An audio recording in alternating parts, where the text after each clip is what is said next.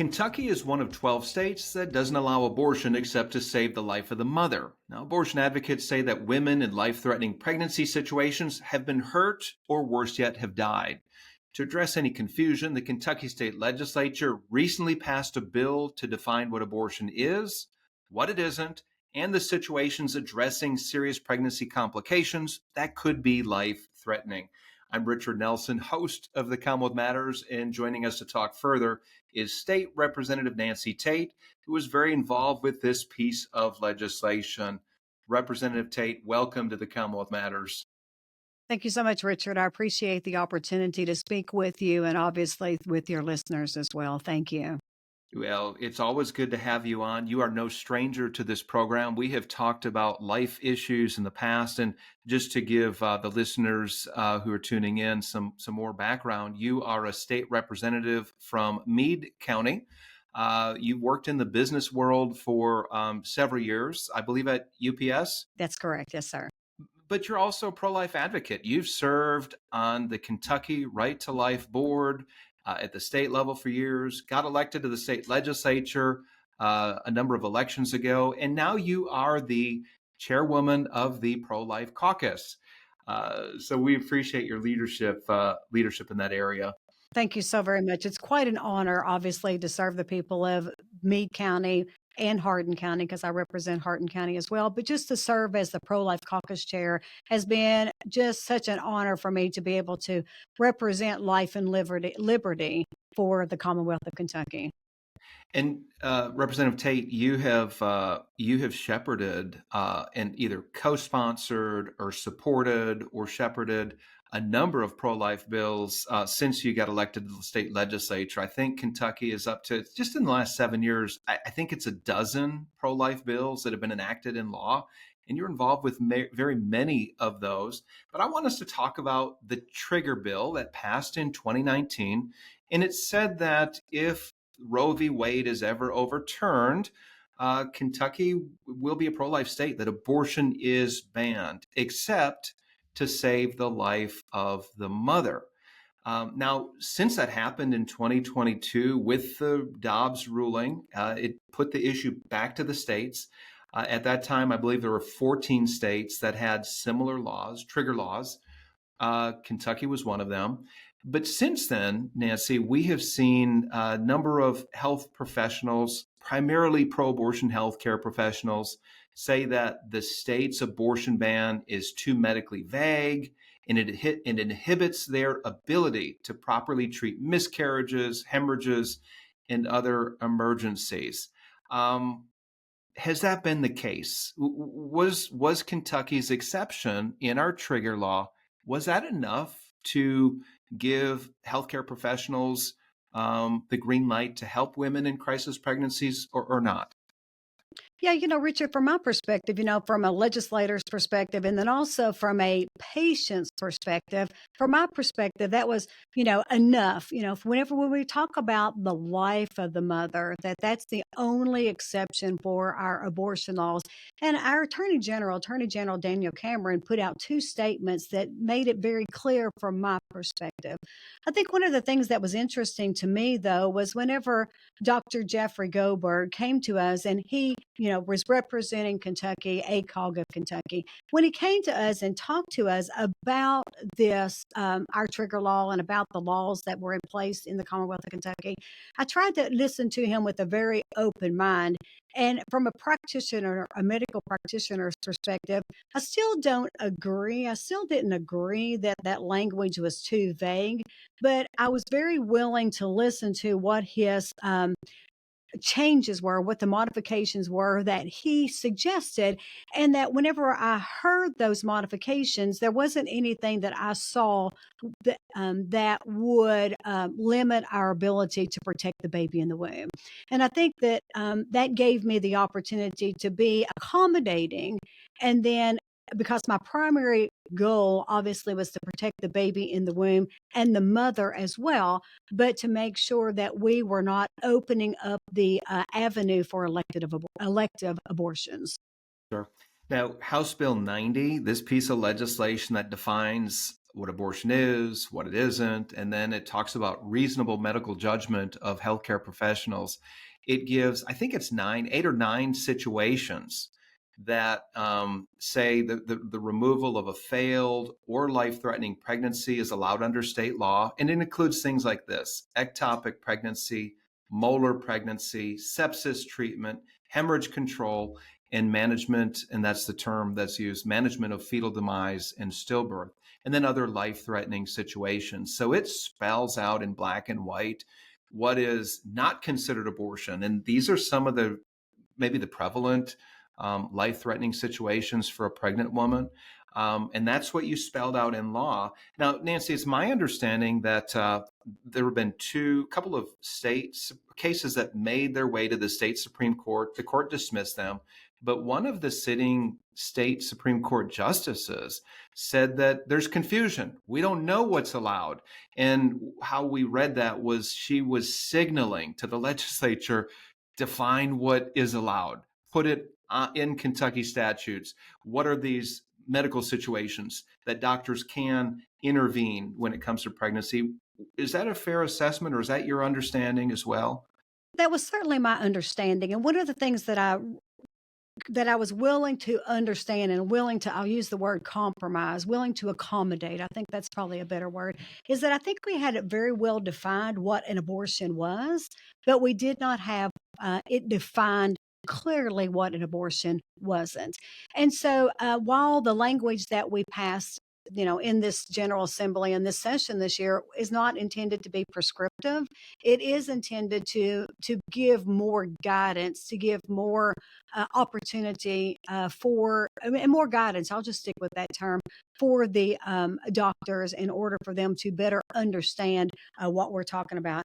I think the other part that was so important was that we changed the good faith clinical judgment to reasonable medical judgment. And to me, as a legislator and as a patient, to you know, reasonable medical judgment is a term that's commonly used in the medical world. And so that has a very strong definition into what that means. And as you've said before, the Supreme Court of Texas has actually used this terminology and said that the reasonable medical judgment, those words are so much more descriptive in the medical community than good faith clinical judgment. So if I could press in, and I'm not an attorney, but is reasonable medical judgment, is that a term that has more latitude for a medical professional? Because I've heard argue. So, for example, we've heard OB-GYNs in Kentucky say this doesn't help. It binds the hands of doctors who are dealing with a crisis pregnancy or an emergency pregnancy situation. So here's what Janet Weigel, a retired Louisville OB-GYN, said, that the ambiguity of the trigger law forced doctors to delay treatment in order to first consult with lawyers and colleagues. She was reported in the Kentucky Lantern as saying that. Was that true? Were there actually doctors in the living room saying, wait, I've got to call my attorney to see if this is if we can provide hemorrhage management or deal with this ectopic pregnancy, or was this pro-abortion hyperbole? What was going on here? Yeah, from my perspective, it's pro-abortion hyperbole. They're looking for the opportunity for elective abortions, and as a pro-life caucus, we're just not going to do that. For me, as a patient, and then as the mother of, my daughter's having children, she's got her, up to her fifth child, and soon I'll see my grandchildren, in the future. So as a patient, from a medical perspective, I'm very disappointed whenever I hear a doctor saying that they don't know what good medical judgment is. They use that. The doctors use their, their good medical judgment, reasonable medical judgment on a daily basis. I mean, they're educated, right? First of all, they're educated. Then obviously they've been out in the medical practice, and then they do have their colleagues. But if I hear a doctor saying that they don't know when they're supposed to treat sepsis, That's concerning to me. When they don't know when to treat hemorrhaging, that's concerning to me because from my perspective as a doctor, those are some of the basic um, conditions that I expect the doctors to be prepared to practice on. Good, reasonable medical judgment, as it says in House Bill 90, and actually, if you just pull up the definition, means the range of conclusions or recommendations that licensed medical practitioners with similarly sufficient training and expertise may communicate to a patient based upon current available medical evidence. And so that makes the assumption, or actually spells it out in law, that we're aware that medical evidence and that training and that the understanding will potentially change because with technology, obviously our knowledge increases on pretty much a daily basis. Yeah, that's good. Another doctor here in Kentucky wrote a column explaining her suffering from a miscarriage. She was hospitalized with sepsis after being unable to fill a prescription in a Lexington pharmacy for a drug used to treat miscarriage. And this is what she said in her column. And this is Dr. Jessica Atkins Murphy. She wrote this in the Kentucky Lantern. I did not get adequate miscarriage care because of this culture of fear that's been created and because of unnecessary regulations that made it harder to get. And this is not how we should be practicing medicine for miscarriage in this century. Now, she was told that the mifepristone that was prescribed to her wasn't available at the pharmacy. The doctor, there was some kind of an issue there, but so mifepristone is often used in procuring an abortion. It's not available over the counter. I guess my question is were there alternative drugs, or would there have been a workaround in her situation to address this miscarriage she was having? Well, Richard, I think I've shared this with the General Assembly and shared it with the public at large, but that I've had 3 miscarriages myself. And so, my doctor didn't wait for me to get a prescription filled at the pharmacy. My doctor immediately, once we determined through the ultrasound that my babies were actually dead, then we went and did the DNC. And so the DNC is a quite common practice for utilization whenever you have a miscarriage. And so, from my perspective, if her doctor or was waiting for a prescription to be filled, I think that there were workarounds and that there were certainly other avenues and other opportunities to use. I'm going to go back to Janet Weil, and I appreciate you bearing with some of these tough questions, but I think it's important that these questions are answered. This is a serious public policy that's going to. It was recently vetoed. Well, let me take a step back here. It may be vetoed by the governor. We don't know. Possibly. Up to this point, he has not vetoed it yet. That's correct. Today's his last day for the veto opportunity. And quite frankly, I'm expecting a veto. I'm not optimistic. Looking at some of how he's communicating on this issue and the affinity groups that support the governor who are really calling for a veto, I'm not very optimistic. But it is important that we address the objections and some of the challenges to bring clarity to this issue. Maybe cut through some of the fluff and the smoke that's there. And that's why we have you on. So I appreciate you being on the hot seat. So Janet Weigel, again, a retired Louisville OB-GYN, referred to this law. She said this: we have cared for enough patients over the years that we know what the likely outcome will be in certain situations. Without the abortion ban, we would intervene well before we thought her life was at risk. We would not wait, absolutely not wait, until the mother was in any kind of threat or permanent illness, permanent destruction of her gynecologic capabilities, or obstetrical capabilities. How do you respond to that? She's saying that the term life-threatening handcuffs doctors who wouldn't wait until a woman was in a life-threatening situation. Again, Richard, it just seems like to me that what she's looking for is elective abortions. And I think that, what she actually said was that reasonable medical judgment. From my perspective, she just described reasonable medical judgment. There are case studies, there are practices, you know, there, women have babies every single day. And so, there is best cases, best practices, best understanding, that's reasonable medical judgment. And so, I think it's so very important for these doctors to understand that, and I think most OBGYNs actually do, they understand that there are two patients. It's the mother and the baby. And that's exactly what this legislation is saying, is that everyone in the medical community needs to continue to treat pregnant women and their babies as two patients, and that they need to continue to try to save the life of both babies. And if there's a separation, if there's a um, purposeful separation, then that purposeful separation needs to be to protect both lives, the mother and the baby. There's a proverb that says, when a land transgresses, it has many rulers, but with a man of understanding and knowledge, its stability will long continue. The idea here is that when people live without regard to their neighbors and without moral boundaries, then you need more government to restrain people who've gone off the rails. So if people are going to flourish, God's truth must be embraced. After all, God tells us who we are, what's our purpose, and how to live in harmony with our fellow man. Christians should understand what God's Word says and how to think biblically about the issues so that they can engage well.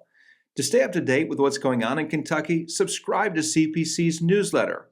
Go to CommonwealthPolicyCenter.org to subscribe, and you can also find other resources there. Thank you, and may God bless you. If you're just joining us, you're tuned in to the Commonwealth Matters. I'm your host, Richard Nelson, here with State Representative Nancy Tate. And we're talking about House Bill 90, the bill that defines what abortion is, what it isn't, and also empowers healthcare professionals to use reasonable medical judgment when it comes to assisting women in life-threatening pregnancy situations. Representative Tate, I had the chance to watch a KET, Kentucky Tonight, program where State Right to Life Director Adia Wushner debated Tamara Weeder of Kentucky Planned Parenthood. And it was a fascinating conversation. But Tamara Weeder said that this terminology in this bill, House Bill 90, in the redefinition of abortion, I quote, mirrors language used by anti-abortion extremist groups. Do you have any idea what she's talking about? I really don't. I've had somebody else ask me that, and their question is that, this language is typically used by anti-abortion. You can use the word extremists, but anti-abortioners. And I said, then make no mistake about it. The legislative branch in the Commonwealth of Kentucky is anti-abortion.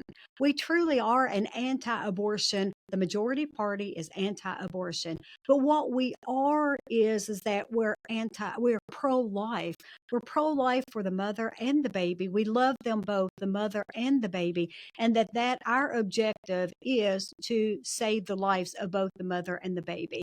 So, for me to be accused of being anti-abortion, to me that's a badge of honor that I'm glad to wear. I'm proud to wear that because I am anti-abortion. But from my perspective, that's terminology that is kind of owed here in Kentucky, because our trigger law actually said that. It said that we are anti-abortion. Now what we need to do is we need to move forward into being pro-life. Last year we passed the Omnibus bill, which I'm so proud of being part of the Omnibus bill. And from my perspective, this House Bill 90 is actually Omnibus 2, or sometimes people say Omnibus 3, but that's exactly what the intent of the majority caucus in Kentucky is, to love them both, the mother and the baby, and to preserve both lives, unless that is absolutely impossible to do, and that's to preserve the life of the mother.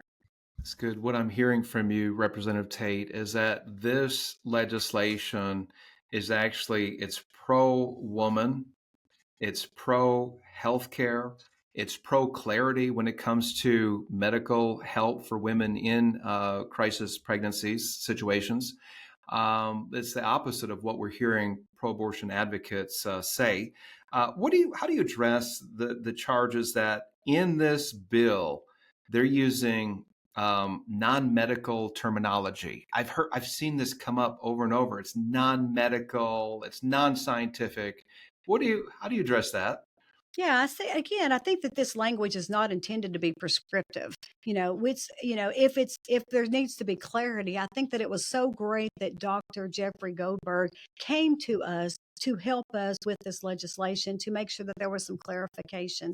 And I appreciate him. He's actually retired once, if not more than once, and he understands. He's one of those pro-life OGBYNs, and he's representing ACOG of Kentucky. So, we've also heard, well, National ACOG doesn't support this legislation. We're more concerned about ACOG of Kentucky, and we're more concerned about, him coming to us and asking for that clarification. One of the things that whenever he testified, he said that, when we initially started the conversations, there was a lot of wariness and distrust. And I can tell you that from my perspective, there still will be. Every time that we work with ACOG, there will be wariness and distrust because we're kind of looking at it from two totally different perspectives. National ACOG, unfortunately, has come to the perspective of being pro-choice. But the majority caucus in Kentucky, again, we just want to continue to emphasize that we are a pro-life caucus, and we're willing to consider clarification in our language as long as it does not move us down the slippery slope of being pro pro-choice. And so what we'll do is we actually will pass this legislation, and then we'll continue to listen to the medical community, the pro-life medical community, and we'll continue to listen to the judicial branch as well. As you know, and our listeners know, that there's three separate branches of government: the executive, judicial, and the legislative branch. And we'll listen to the judicial branch because we appreciate that feedback. Just like the reasonable medical judgment came from a Supreme Court ruling in Texas in 2023. So we're continue to watch and be, I'll say, to be alert, because we want to make sure that we continue to emphasize our pro-life, our dedication to pro-life and the life and the life of both the mother and the baby. Yeah, and Nancy, I appreciate your pro-life dedication, your commitment, the hard work you and the Republican caucus, but your leadership on the House Pro-Life Caucus has made a huge difference in the Commonwealth. We, again, are one of 12 states that has a total ban on abortion except to save the life of the mother. This measure, House Bill 90, just clarifies what abortion is and what it isn't. And I think heads off another challenge, or at least it takes away an argument from the pro-abortion left as to why they should overturn the whole abortion ban. And that's why I suspect they are grasping. And if I could just put it this way, making stuff up. And I'm going to give an example. I'll go back to Tamara Weeder of Planned Parenthood. She said this in an interview with the Kentucky Lantern: adding the terms life-saving and life-threatening to its provisions regarding miscarriage management, sepsis, and hemorrhages actually could make doctors wait longer to provide an abortion in those circumstances. Here's why, and then she goes on to say, this enshrines the delay. Here's why I bring that up. You'd mentioned Dr. Jeffrey Goldberg, the legislative advocacy chair for Kentucky's chapter of ACOG. He said this in committee: the goal of the bill is to prevent women from having their care delayed while they bleed out. So you have one statement from a pro-abortion activist, then you have a statement from a doctor testifying in committee saying, here's why we need this bill. And that's why we're having this conversation. We're trying to bring light into this darkness, trying to cut through the spin and really the deception that's there. And I will have no pretense of being unbiased when it comes to the life. I am pro-life. The Commonwealth Policy Center is pro-life. We're dedicated to working for a culture of life, as you are. But it's so important that we expose the lies and the misinformation that's out there. So here's our pivot to. Have you found it difficult to navigate in work for a pro-life message when there's so much disinformation and lies and misrepresentation, especially when you have often a news media that's not fair in treating your side and my side for that matter? Yeah, Richard, I love that question. And and I want to go back to your statement about what Tamara actually keeps saying. I want to just point out that Tamara actually works for Planned Parenthood. And as we know, Planned Parenthood is a multi-billion-dollar organization. And so what she's actually fighting for is she's fighting for their business's right to kill our children. And I can't go along with that. So do I find it difficult to navigate and to operate in such a pro choice environment? And the answer is no, Richard. And the reason why is, I actually started in the pro life community whenever I was 25 years old. And so, I've had the opportunity and I say that lovingly because I had the opportunity to have the miscarriages. I've had the opportunity to have complications. I've had the opportunity to have less than perfect pregnancies and outcomes. And and while I don't wish that on anybody, it's also given me the opportunity to see how I've had excellent health care here in the Commonwealth of Kentucky. And what I'm really I'm a by nature, by working for UPS, one of the things that I did was that I was a problem solver. And what I'm saying is that potentially the language in House Bill 90 will potentially uh, become the best case and the best example, the best practices that we'll see being used across the nation. And I think that that's another reason why people like Tamara are having a hard time with this, is because as we see people become more educated about the life and the life of the baby in the womb, that it's not just a lump of cells, it's actually a baby, and we can hear the heartbeat and see the heartbeat after 18 days of conception. So as we continue to communicate and the beautiful development of the baby in the womb, then that actually will see their business.